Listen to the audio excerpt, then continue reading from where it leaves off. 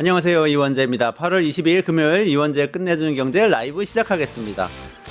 전 세계를 움직이는 세 글자 트럼프. 이렇게 도널드 트럼프에 대해서 우리 연구해야 돼요. 그런데 우리보다 앞서서 유럽 정상들이 이 트럼프에 대한 연구를 엄청나게 해놨대요. 근데 이재명 대통령이 조금 있으면 또 트럼프를 만나잖아요. 월요일 날 만나서 정상회담을 또 할 텐데 어떤 팁이 유럽 지도자들로부터 끌어낼 수 있는 게 있는지 이거를 세계 최고의 정치평론가, 국제 시사 전문가 문희정 평론가 모시고 이야기 나눠보도록 하겠습니다. 안녕하세요. 어서 오세요. 안녕하세요.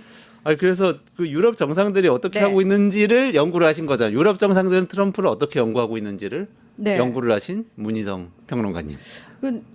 그렇죠. 예. 근데 사실 저뿐만 아니라 전 세계가 트럼프라는 사람을 어떻게 대해야 할지에 대해서 굉장히 주의 깊게 보고 있는 것 같아요. 트럼프 대처법. 네. 왜냐하면 트럼프 1기 때는 이렇지 않았거든요. 무슨 얘기냐면 1기 때는 트럼프가 정치 아웃사이더잖아요. 그리고 기존의 미국 대통령하고 굉장히 다른 모습이었잖아요. 그러다 보니까 특히 유럽의 정상들을 중심으로 굉장히 트럼프 대통령에 대해서 비판적인 입장이었거든요. 그리고 굳이 그걸 숨기지 않았었습니다. 그래서 트럼프 대통령과 설전이 오가는 경우도 상당히 많았었고요. 그리고 트럼프 대통령의 정책에 동조하지 않는 경우도 상당히 많았고 그래서 트럼프 대통령이 다자회의를 싫어해요. 갔을 때 본인이 그렇게 예전에 기억을 하시는지 모르겠지만 안겔라 메르켈 총리가 유럽의 대통령으로 불리던 시절에 독일의 총리를 하고 있던 시절에 트럼프 대통령이 그 G7 정상회의에서 만났을 때 트럼프 대통령이 앉아 있는데 안겔라 메르켈 총리가 책상을 짚고 이렇게 몸을 앞으로 탁 기울여가지고 트럼프 대통령을 윽박지르는 모습이 있거든요. 네, 그 뒤로 이제 유럽의 정상들이 서 있었고 그게 굉장히 상징적인 사진으로 남았는데 그게 트럼프를 대하던 1기 때 트럼프를 대하던 국제사회의 모습이었다면 저는 이번에 유럽 정상과 트럼프 대통령이 백악관에서 만난 모습 있죠. 그 사진. 트럼프 대통령이 본인의 책상에 앉아있고 유럽의 정상들이 이렇게 무슨 불려온 학생들 마냥 쫙 앉아있는 저는 그게 2기 트럼프를 대하는 세계의 모습 정확하게 상징하는 사진이라고 생각합니다. 그 1기 때는 많은 이 형님들이 선생님들이 트럼프를 둘러싸고 훈계하는 것처럼 유럽 국가들을 끝 당신 뭐야? 당신이 대통령의 격에 맞아? 이런 식이었다면 지금은 다 앉아가지고 얌전히 앉아서 두 손 모으고 저 화면을 보세요. 그렇죠. 그러니까 선생님 한 분이 학생들 모아놓고 가르치는 것 같잖아요. 그렇습니다. 네. 심지어 저 유럽의 정상들이라고 표현을 했는데 젤렌스키 우크라이나 대통령 그리고 7명의 유럽의 정상들이거든요. 저기도 인력도 굉장히 고심해서 데리고 간 인력들입니다. 그래요? 네. 저기 보면은 일단 뭐 주요국 중심으로 간 거 아니야? 아닙니다. 아니에요. 네. 일단 트럼프 대통령과 굉장히 관세 협상을 잘한 영국의 스타머 총리 있죠. 네. 그리고 굉장히 트럼프 대통령과 제일 친한 사람은 이탈리아의 조르자 멜로니 총리입니다. 멜로니 총리 있어요. 구구파로 일컬어지는 그렇습니다. 분이죠? 그렇습니다. 그러니까 사실은 나머지 6명의 그 유럽 정상들하고 성향이 다른 사람임에도 불구하고 트럼프 대통령과 굉장히 친분이 있기 때문에 저기에 꼈다라고 보시면 되고요. 그러니까 영국 노동당 스타머 총리인데 이쪽은 진보고, 그렇죠. 이탈리아 멜로니 총리는 완전 극우파고 쪽이고. 지금 극과 극인데 같이 갔다 이거죠. 그렇죠. 왜냐하면 트럼프 대통령하고 가장 친한 사람이니까. 그러네요. 그리고 핀란드 대통령 같은 경우에는 트럼프 대통령과 친해지기 위해서 골프를 몇 시간을 같이 쳤다라고 이야기를 하잖아요. 그 핀란드 대통령 가 있잖아요. 골프광. 네. 그리고 그 이전에 미국은 우리의 아버지 같아요라고 얘기했던 리터 나토 사무총장 저기 껴 있잖아요. 인력 배분에도 엄청 신경 쓴 겁니다. 진짜 고수네요. 정말로 외교의 고수들이야. 외교의 고수라기보다 저는 진짜 고육지책이라고. 고육지책인가요? 네, 우리가 1기 때처럼 했다가는 진짜 큰일 나겠다. 그리고 우크라이나 전쟁 처음에는 미국과 유럽이 같이 지원했는데 졸지에 이 우크라이나 전쟁을 끝내는 건 트럼프의 공으로 남을 수 있겠구나. 유럽은 철저하게 배제되겠구나라는 생각에 절박함에서 어떻게든 우리가 트럼프와 협상을 잘해야 된다라는 고육지책으로 저는 저 자리까지 간 게 아닌가. 유럽 정상들 굴욕적에 이런 얘기 나오지만 사실은 국익을 위해서 유럽의 이익을 위해서 저 정도쯤은 얼마든지 할 수 있다, 감내할 수 있다라고 생각을 하는 거죠. 아니 그게 관련이 있나요? 이탈리아 멜로니 총리가 거기서 눈알 막 굴리는 그 사진 있잖아요. 그게 네. X에서 엄청나게 화제가 됐거든요. 막 엄청나게 사람들이 공유하고 그랬는데 이번에 그 사진이 있나요? 보여주실 수 있나요? 좀 보여주시면 네. 좋겠고 그것도 네. 또 관련이 있는 얘기인가요? 그 회의하고 있는데 중간에 그러니까 딴 사람들이 얘기하는데 옆에서 막 이렇게 말도 안 된다는 듯으로 눈알 굴리는. 이번에 사실 얘기들이 나오는데 이 회담 이후에 이제 멜로니 총리는 특별한 얘기가 없었어요. 멜로니 총리가 무슨 네. 얘기를 했고 이런 얘기들 잘 안 나오잖아요. 근데 핵심적으로 얘기를 주도했던 사람들이 이제 마크롱 대통령, 프랑스 마크롱 대통령 그리고 메르츠 독일 총리 뭐 이런 사람들이었단 말이죠. 근데 그 눈알 굴리던 장면이 하필이면 본인이 중간에 껴있고 옆에 메르츠 총리 있고 트럼프 대통령 있는 상황에서 메르츠 총리가 독일 총리와 미국 대통령 네, 사이에 있는 사이에 이탈리아 총리. 네. 거기서? 껴 있었는데 메르츠 총리가 러시아를 압박해가지고 어떻게든 뭐 이런 식의 이야기를 막 하고 있을 때 멜로니 총리가 눈알을 굴리는 장면이 포착이 된 거예요. 황당한 얘기다 이런 뜻인가요? 그 멜로니 총리는 참고로 유럽의 극우들은 네. 그 공통점이 친러시아 성향입니다. 그것도 저는 신기해요. 신기하죠. 우파인데 친미일 것 같은데 친러시아. 친러서 성향입니다. 유럽의 극우들의 특징입니다. 네. 네. 그럼 멜로니 총리도 친러 발언을 하던 분이에요? 네, 네. 푸틴 대통령에 대해서 특별히 반감이 없는 사람 중에 한 사람이죠. 예. 그러다 보니까 메르츠 총리의 말이 본인하고는 난 그렇지 않은데, 난 거기에 동의할 수 없는데라는 의미로 이렇게 하필이면 그 큰 눈을 가지신 분이 눈알을 굴리다 보니까 진짜 눈 엄청 크더라고요. 그게 금방 이제 눈에 보이는 거죠. 예. 그러니까 그렇게 막 복잡한 서로 간의 관계가 있는 유럽 정상들이 떼거지로 가서 젤란스키 일병 구하기를 한 것이다. 네. 이렇게 볼 수 있는 건가요? 그렇죠. 유럽의 이익을 위해서. 유럽의 이익을 위해서 네. 젤렌스키 우크라이나의 이익을 위해서가 아니라 그렇죠. 왜냐하면 우크라이나는 유럽 입장에서는 러시아를 막아줄 어떤 완충 지역의 의미잖아요. 네. 그렇기 때문에 우크라이나가 러시아 쪽으로 넘어가게 되면 다음은 바로 서유럽 쪽이 위협을 받는 상황이기 때문에 네. 그걸 원하는 사람들은 없거든요. 네. 근데 실제로 트럼프 대통령이 네. 이전에는 EU에 대해서 엄청 사실 적대적인 얘기를 많이 했었잖아요. 초기에는 막 EU라는 것은 미국을 망치기 위해서 결성된 연합이다. 뭐 이런 얘기까지 할 정도였는데 이번에 보니까 회담 끝나고 나서 좀 달라진 것 같은 느낌이 들었어요. 좀 칭찬도 하고 네. 그랬죠. 트럼프 대통령의 특징인데요. 본인이 기분이 좋으면 좋은 말 해줬다가 본인이 기분이 나쁘면 나쁜 말을 하는데요. 혹시 기억하실지 모르겠지만 예전에 유엔 총회에서 트럼프 대통령이 김정은 북한 국무위원장한테 로켓맨 어쩌고 저쩌고 막 이런 불량스럽다고 막 욕했거든요. 비판을 했다가 바로 북미 정상회담 하잖아요. 네, 맞아요. 그러면서 치켜 세우잖아요. 그러니까 트럼프 대통령의 특징이에요. 그러니까 전 세계가 트럼프 대통령의 입을 쳐다보고 있다는 걸 너무 잘 아는데 저 사람 입에서 한번 비판의 목소리가 나오면 저 사람하고는 관계를 다시 좋게 만들 수 없는 거야? 아니요. 아니에요. 아닙니다. 저분은 언제든 손바닥 뒤집듯 뒤집을 수 있는 사람이기 때문에 네. 그게 또 하나의 희망이기도 하죠. 그래서 초기에는 그렇게 적대적으로 나오다가 뭐 본인한테 삼성정이 잘 얘기해주고 잘 맞춰주고 그러면은 네 좋은 쪽이 되는 거죠. 좋은 쪽이 갈 수도 있다. 그럼요. 결국은 칭찬이 고래도 춤추게 한다 이런 말도 있는데 칭찬이 트럼프를 춤추게 한다. 이건 네. 맞는 거예요. 그렇죠. 그러니까 트럼프 대통령이 원하는 말을 해줘야 된다는 거죠. 원하는 말을 해줘야 된다. 그게 핵심이에요. 원하는 말. 그리고 유럽 정상들이 그 원하는 말이 뭔지를 공부를 해갔을 거 아닙니까? 그렇죠. 그게 뭘까요? 그게 뭐냐면은 사실 트럼프 대통령이 알래스카에서 푸틴 대통령하고 회담을 끝내고 나서 돌아오는 전용기 안에서 젤렌스키 대통령 유럽 정상들하고 화상 통화를 했다고 하잖아요. 이건 네네네. 무슨 얘기냐면 푸틴과 무슨 중요한 이야기를 했고 그 이야기를 급하게 전할 필요가 있었기 때문에 네. 전화를 했을 거라고 저는 생각을 하거든요. 그리고 바로 3일 후인 18일 날 백악관으로 모았잖아요. 자, 거기서 나온 얘기가 핵심이 뭐냐면 우크라이나의 안전 보장과 관련된 네. 얘기였어요. 자, 우크라이나는 원하는 게 계속 그거였어요. 미국이 우리를 지켜줘였어요. 미국이 우리 안전을 보장해줘였는데 트럼프 대통령 아니 우린 그럴 생각이 없어였거든요.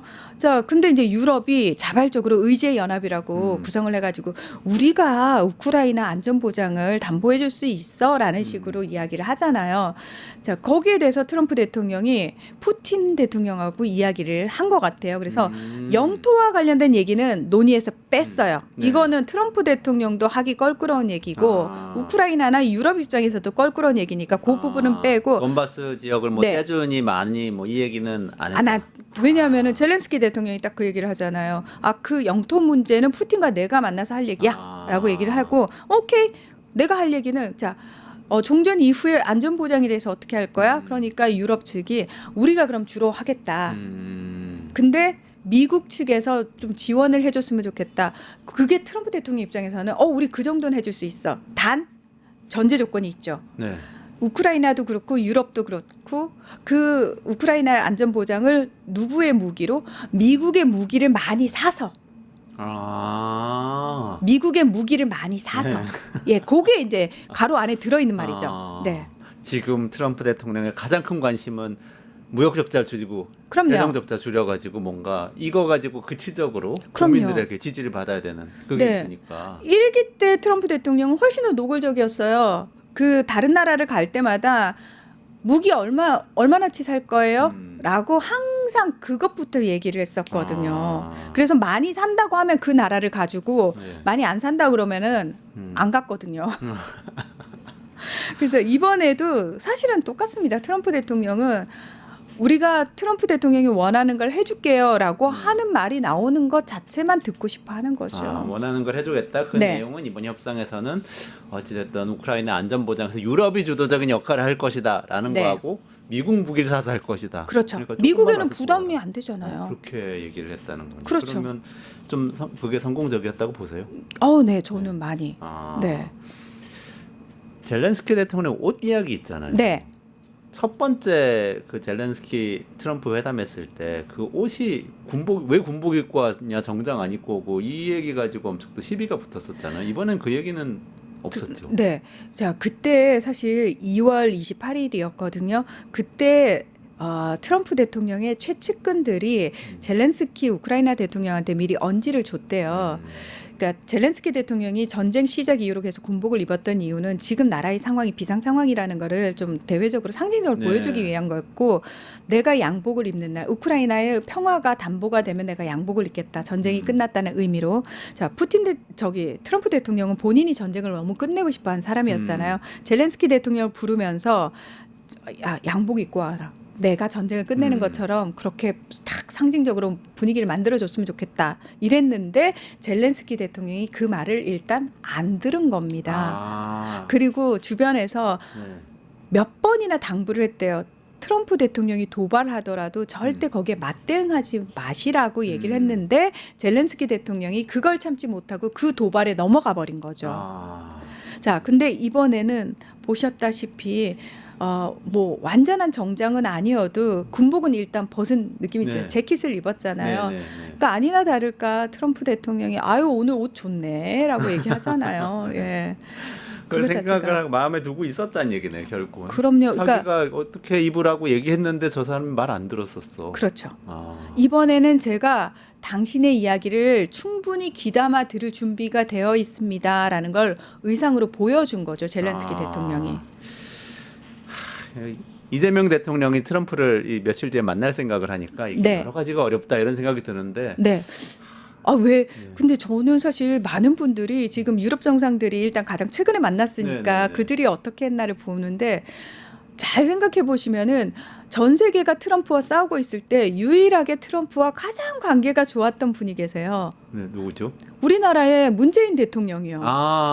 그러네요. 네, 그래서 일기 때 네. 너무 신기해서 그 당시에 미국 주류 언론에서 도대체 프레지던트 문이 트럼프한테 무슨 짓을 했는가라는 기사까지 나왔어요. 그랬었어요? 왜 전 세계 정상들하고 가는 곳마다 싸우는 트럼프 대통령이 문재인 대통령하고는 저렇게 좋은 관계를 형성을 할까? 그러게요. 네. 그게 너무 이상하다. 도대체 무슨 소리를 한 건가? 근데 그때의 원칙은 딱 하나였어요. 문재인 대통령의 사람을 대하는 방식이 그냥 트럼프 대통령한테 아부만 많이 하면 될 거라고 생각하는데 아닙니다. 이 사람은 장사꾼이잖아요. 네네네. 저 사람이 나한테 얻어낼 게 있어서 아부를 하는 건지 아니면 그래도 어느 정도 진심을 담은 건지가 보인다라는 거예요. 네네. 본인이 그걸 잘 네. 안다고 생각을 하거든요. 그래서 미국 주류 언론들도 그 얘기를 해요. 지나친 아부 하지 마라. 적당히 하라고. 네네. 그 선을 잘 타라는 거죠. 근데 문재인 대통령은 굉장히 진심으로 사람을 대하는 게 원래 성정인 분인데 그렇죠. 그 분이 거기다 더해서 트럼프 대통령의 마음을 읽어준 부분이 있습니다. 그래요? 네. 그때 이렇게 북미 정상회담 중재를 하고 하니까 이제 외신들이 질문을 해요. 문재인 대통령한테 이 노벨 평화상 이렇게 욕심 좀 나실 것 같다 이런 식으로 네. 얘기하니까 문재인 대통령이 바로 그 얘기를 하죠.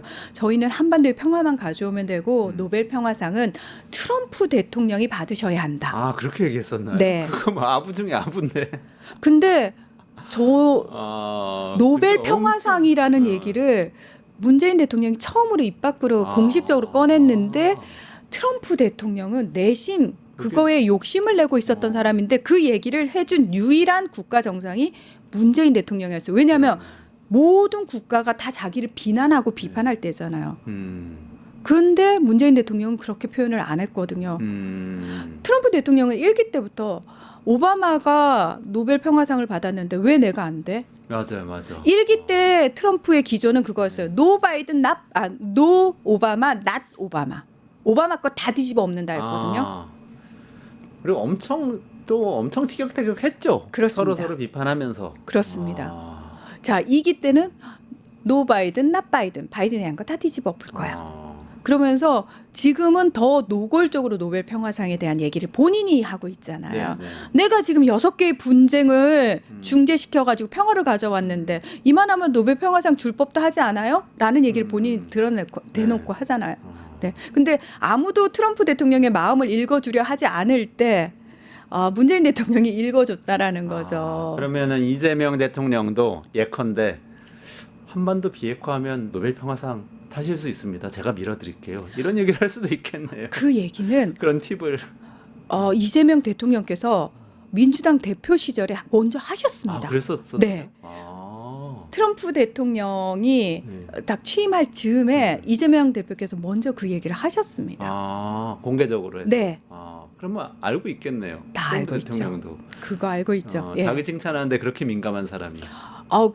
정확하게 누가 자기한테 무슨 얘기를 했는지 체크하고 있는 사람입니다. 예를 들면 이스라엘의 네타냐후 총리는 일기 때 본인이 네타냐후 엄청 힘을 실어줬었거든요. 그런데 바이든과 대선에서 붙었을 때 네타냐후 총리가 바이든 대통령 당선되고 나서 좀 엄청 축하해줬거든요. 트럼프 대통령이 굉장히 거기에 화를 냈다는 거예요. 그러니까 우리가 생각할 때 뭐 그런 걸로 아니 그냥 국가 정상끼리 의례적으로 그것만 할 수 있는 거 아니야라는 생각인데 트럼프 대통령은 다른 거죠.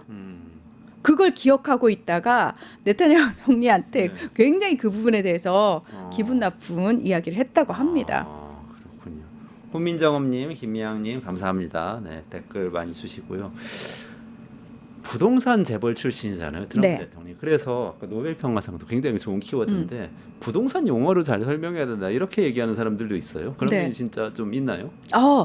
그 트럼프 대통령이 북한에 뭐 짓고 싶어 하시죠? 콘도 얘기 맞아요. 했죠. 콘도 케이퍼빌리티라는 단어를 썼어요. 북한에 콘도 지을 때 되게 많다 그러면서. 그리고 가자 지구에 대해서 뭐라고 얘기했죠? 중동의 리비에라로 만들고 싶다. 리비에라 그 지중해의 휴양지. 가자 지구를 휴양지로 만들겠다 그랬죠. 그렇죠. 그리고 지금 중동에 뭐 아랍에미리트를 비롯해 가지고 사우디도 마찬가지고요. 트럼프 일가가 트럼프 호텔 짓고 있거든요. 네.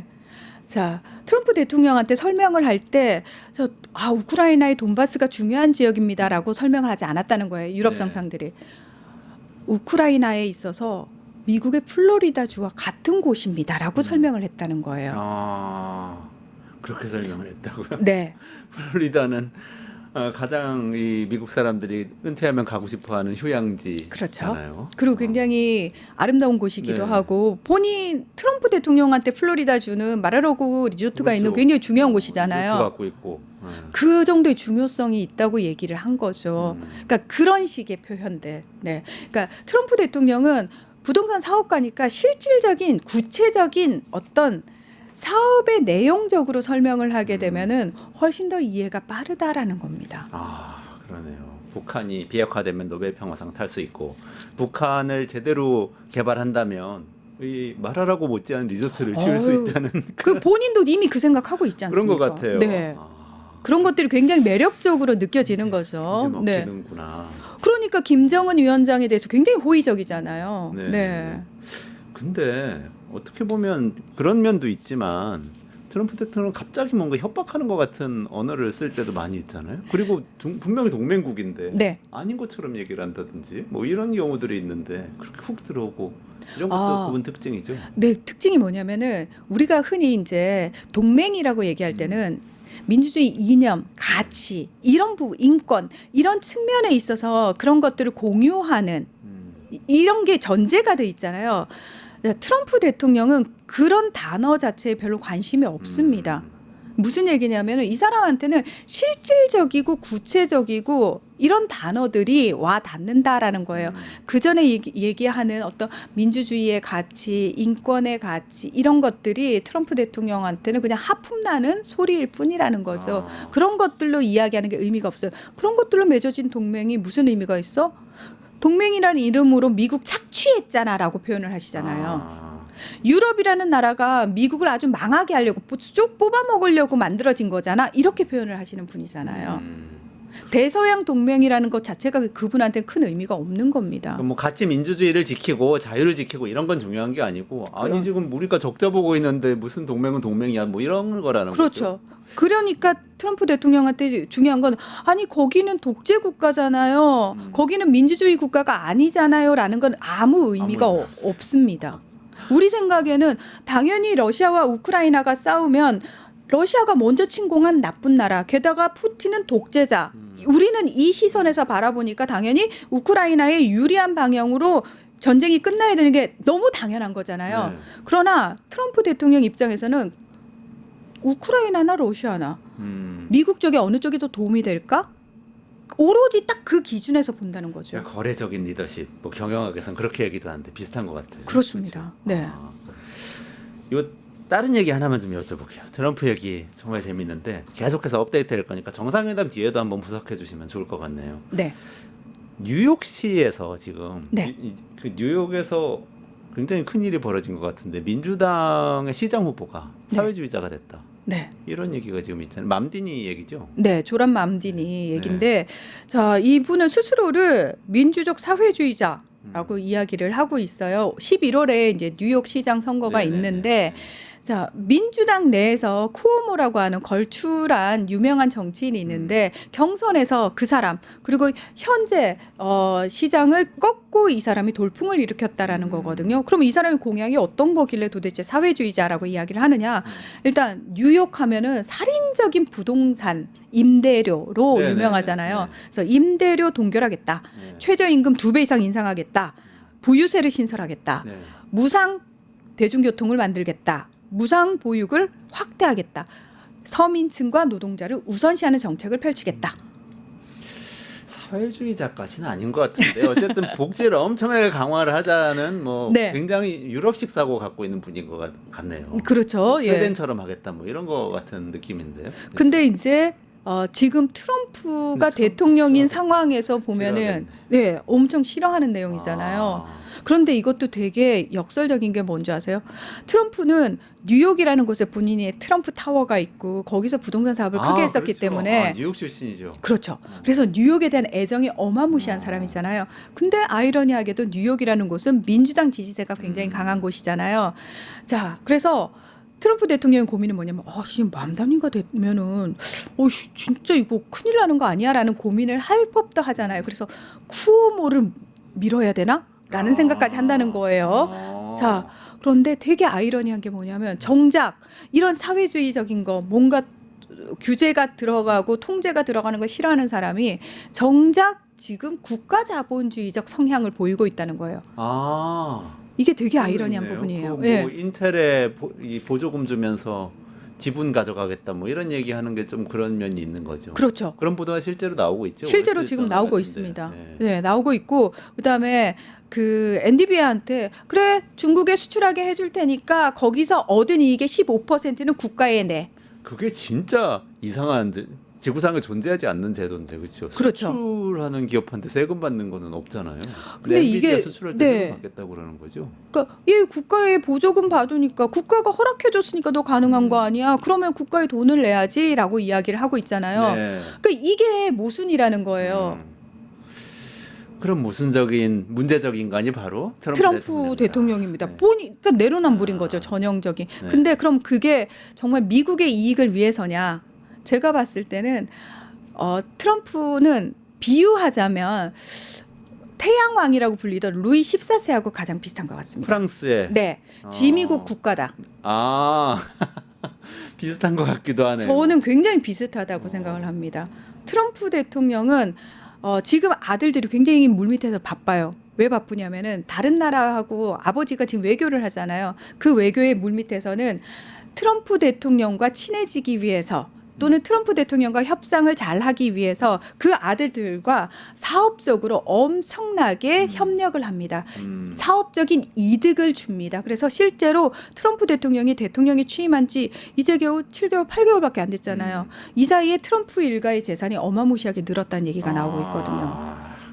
자본주의적이면서 동시에 사회주의적인 것 같은 네. 이런 굉장히 이 아이러니컬한 인물이 바로 트럼프 대통령이죠. 예, 이재명 기업에 대통령이 대해서 엄청나게 규제하고. 그러게요. 예. 며칠 뒤에 또 만나서 정상회담을 할 텐데 이런 가운데서도 잘 헤쳐나가서 뭐 잘 되겠죠. 그리고 한 번 또 이렇게 한 판 딱 붙어가지고 논쟁이 벌어진다고 해도 두려워할 필요가 없다. 이게 이제 평론가님 말씀이잖아요. 저는 트럼프 대통령이 이재명 대통령 굉장히 좋아할 거라고 생각해요. 좋아할 거다. 왜냐하면 이재명 대통령도 추상적인 이야기 안 합니다. 맞아요. 상당히 구체적이고 네. 상당히 실현 가능한 이야기만 하십니다. 아, 그게 내가 줄 수 있고 할 수 있는 것들만 이야기합니다. 아. 그게 트럼프 대통령 입장에서는 너무 좋을 겁니다. 편하고. 시각을 딱 바꿔주시네요. 두 명의 실용주의자가 만나서 굉장히 잘할 시너지가 겁니다. 날 수도 있겠다. 네. 오늘 여기까지 해야 될 텐데. 알겠습니다. 조금만 기다리시면 보이스 피싱 요즘 엄청 많아지고 있어요. 근데 그거 피하려면 어떻게 해야 되는지 금융감독원에서 직접 나와서 그거 감시하는 분이 나와서 설명해 주실 거예요. 강인 팀장 모실 테니까 끝까지 들어주시고요. 문희정 평론가님 여기서 보내드리겠습니다. 고맙습니다. 네, 고맙습니다. 팟 증권 통팟